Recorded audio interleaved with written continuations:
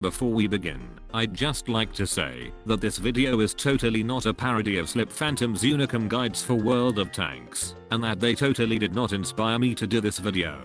You also should totally not check out his channel, because he makes totally awful videos. Let's begin. The 1974 Lancha Stratos is a car that is very special to me on a personal level. It was the first car that I considered to be my favorite, and it was my dream car for many years, even when I wasn't really into cars anymore. But it's needless to say that the Stratos isn't special just for me. Just from looking at it, you can tell that it's no ordinary car, and you're right. The Stratos was the world's first purpose-built rally car. It was made to rally, and rally it did. It instantly became one of the world's most influential and easily recognizable rally cars, while also being extremely successful and having a long service life. The first Stratos competed in 1974, and the last in 1981. Some of you might recognize the Stratos from my channel as the Hoppy boy, which was a joke I did on it looking cute and liking to jump around, kind of like a rabbit. But coincidentally, that is what this car is good at. The Stratos' suspension is extremely soft and wobbly. For some people, that, together with the car's small wheelbase, might be a bad thing, since it means the car will be a bit unstable, twitchy, and hard to drive. But if you master the car, you'll realize that having a suspension this soft is actually a good thing for rally. It makes handling bumps and jumps much easier. In fact, I'd argue this is the car that I feel the most comfortable with when it comes to taking jumps, just because the suspension is so soft. This also means weight shifting plays an extremely important role when it comes to driving this car, since it has a lot of body roll. This is the car I use for my A-class dirt races and ranked adventures. It's not the best, but it's definitely up there. To teach you how to master the Stratos, we have brought here our studio's professional rally driver. Some say he once had a rally crash, and all they had to do was rebuild him like a Lego figure. All we know is he is Sans from Undertale. Let's watch. Some of you might think all-wheel drive is absolutely necessary for rally, and while it does give you an easier time with most cars, that's not quite true. Despite being rear-wheel drive, the Stratos behaves extremely well on dirt, and is more agile through the corners. This is because, in addition to being rear-wheel drive, it is also mid-engined, which gives it an advantage through the corners, but you need to know how to take them. As you're approaching a corner, flick your car towards the inside, and start braking if you need to. From here, because you are rear-wheel drive, you will mainly be using your throttle to turn if necessary, along with some small steering inputs. Accelerate through the corner, always at partial throttle, and counter-steer as necessary.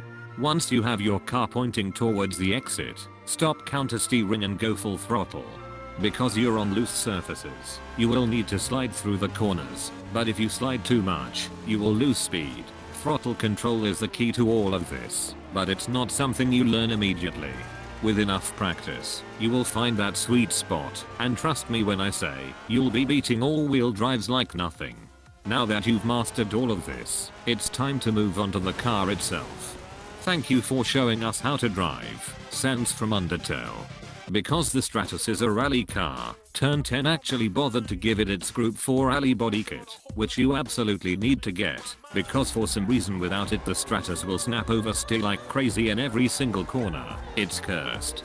Plus, it's a well-known fact that the more headlights your rally car has, the faster it goes. Get rally tires, and make them as thick as you can on the back since you're rear-wheel drive.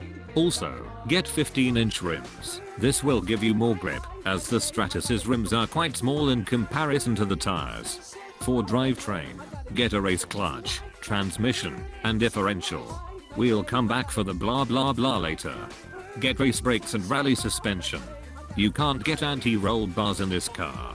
If you want, you can get a roll cage to change up your weight distribution, but I feel that the Stratos doesn't really need one. Next up, for that beautiful Ferrari Dino V6, get race camshafts, exhaust, intake manifold, and, because this car's engine is carbureted, get a race carburetor as well. Now that you've got the four most important engine parts, dump the rest of your PI on power. In my case, I went with race valves and engine block, which put me at 798 pi, which should be more than enough to get some cool rally rims, because I promise you that if you put racer rims on this beauty, you will not wake up tomorrow. But if you're happy with the way the car looks, then get a race flywheel. Now that your PI is at 800, go check if you can still get a driveline. Luckily, we can get a sport driveline. Now that the pizza is in the oven, it's time to prepare the sauce for the pasta. For gearing, adjust your final drive towards acceleration until your top speed is 160 miles per hour or 260 kilometers per hour. For alignment, get 0.12 out at the front and 0.12 in at the back. Make sure your ride height is as high as it can be, and, because you'll be driving on loose surfaces, set your braking force pressure to 110%. If you find yourself struggling with oversteer, set the braking balance to 65%. For the differential, I like to keep the stock values, and that's it.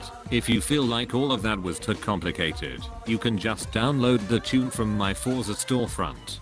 My gamer tag is Flamethrower XXX. Now that you're ready to go show all of those all-wheel drives who the original king of rally is, go get some podium finishes, and remember that this car is more prone to snap oversteer than those pesky MR2s, so treat it carefully. Goodbye and thank you for watching.